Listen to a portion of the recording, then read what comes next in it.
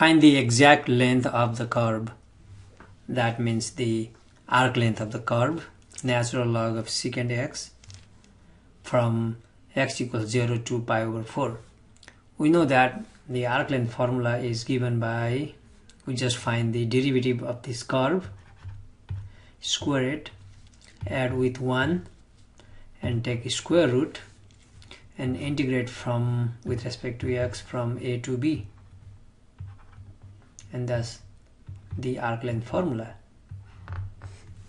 Okay, so we need to find the derivative first. This is y or fx, same thing.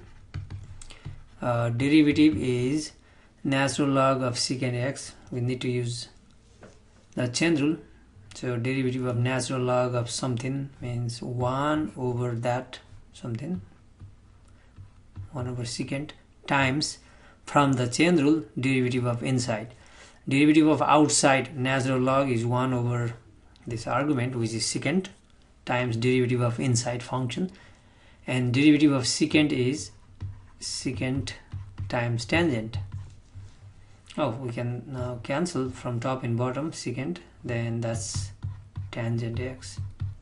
So the derivative of this function is tangent, and look at the formula. Now we need to square and plus 1. So 1 plus y prime square is 1 plus y prime is tangent x square.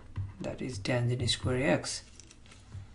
And this is from the Pythagorean, one of the Pythagorean identities. We get 1 plus tangent square is secant square. Okay. Now the arc length is given by integral from here 0 to pi over 4, 0 to pi over 4 of square root of 1 plus y prime square, that is secant square x dx. Now we need to cancel square and square root, but be careful, this should be positive, the output should be positive. As we know, square root of x square is not simply x. Okay, it will be x, but it has to be positive, so we put absolute value. And if this is already positive, then we don't need absolute value. So here we can cancel, but we'll determine if we need absolute value. Secant x on 0 to pi over 4, okay, that's on first quadrant, half of first quadrant, so secant is always positive on 0 to pi over 4, so we don't need absolute value. So this is simply 0 to pi over 4 of secant x dx. Okay, now we take the antiderivative of secant, which is not that easy, but you've seen earlier. Antiderivative of secant theta d theta with respect to theta, that's natural log of absolute value of secant plus tangent.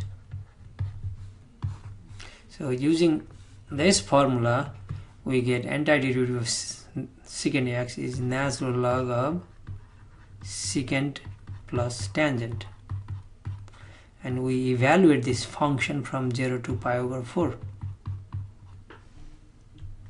Okay, let's plug in upper limit. So natural log of secant pi over 4